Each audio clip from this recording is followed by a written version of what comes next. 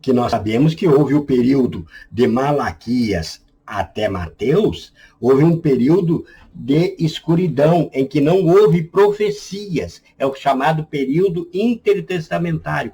Nesse período, por exemplo, se você não estudar a história, você se perde biblicamente, porque a Bíblia perde o sentido, o elo de ligação entre o novo, entre o velho e o novo. Ora, enquanto todos pensavam que Deus havia se calado, Deus estava trabalhando. Mas Deus não é como o homem que precisa anunciar, Deus trabalha no silêncio. Então Deus levantou um homem que se chamava Alexandre o Grande. Ele era um conquistador.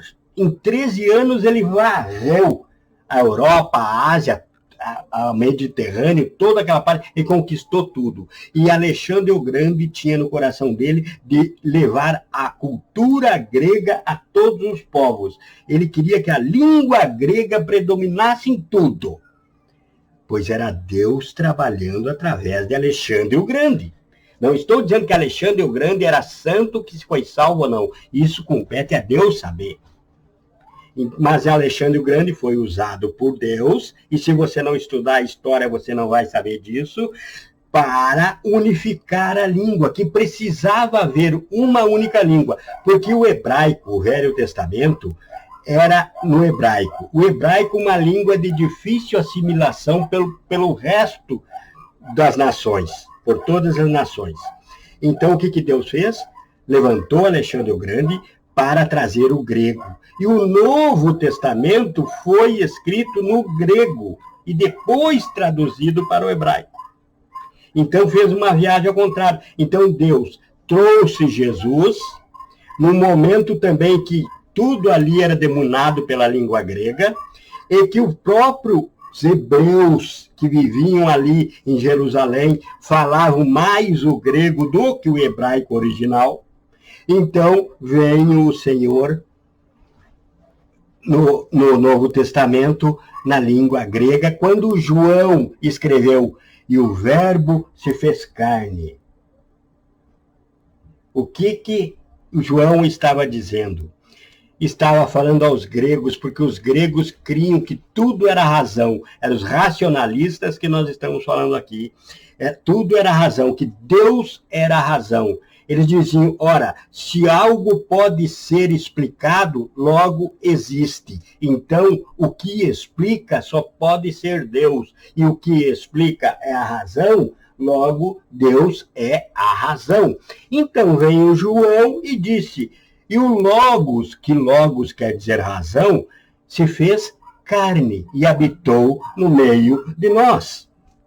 No Evangelho de João, então, venho falando aos gregos e aos hebreus que estavam dominados pela língua grega, falando que o Logos, que é a razão, e o verbo, na tradução para nós, se fez carne. Então, para essas palavras, eles deram atenção.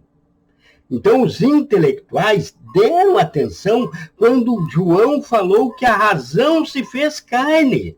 Eles disseram, opa, a razão é Deus. Se Deus se fez carne, esse também pode ser o nosso Deus. Então, Deus trabalha de uma forma. Agora, o homem precisa estudar a forma de Deus trabalhar para não cair nessa terceira perturbação intelectual. E ali tinham saduceus e fariseus. Você sabia que os saduceus não acreditavam na ressurreição dos mortos? Era um partido, os saduceus e os fariseus. Os saduceus não acreditavam na ressurreição dos mortos. Os saduceus. E os fariseus acreditavam na ressurreição dos mortos. Porém, eram dois partidos que dividiam o poder no sinédrio, que era quem mandava em todo o sistema religioso da época lá dos hebreus.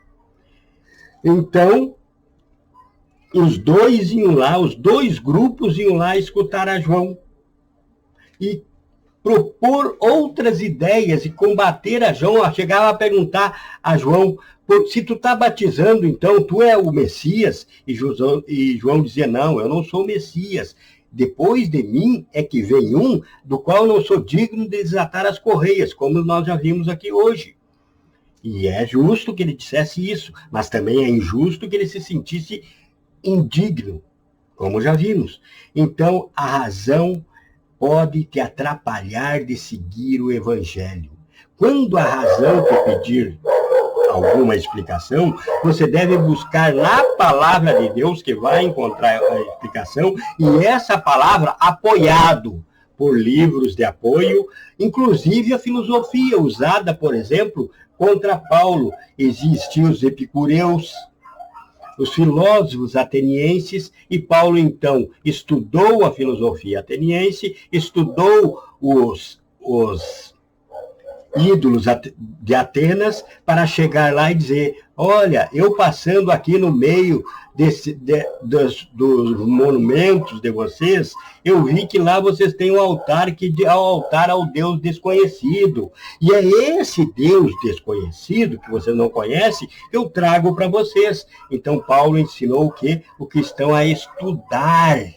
Estudar quando levantarem uma razão para ele não crer no Evangelho, estudar o porquê que essa razão está sendo levantada, e vai encontrar na palavra do Senhor o poder de Deus, como falei agora, de Deus trabalhando no período intertestamentário.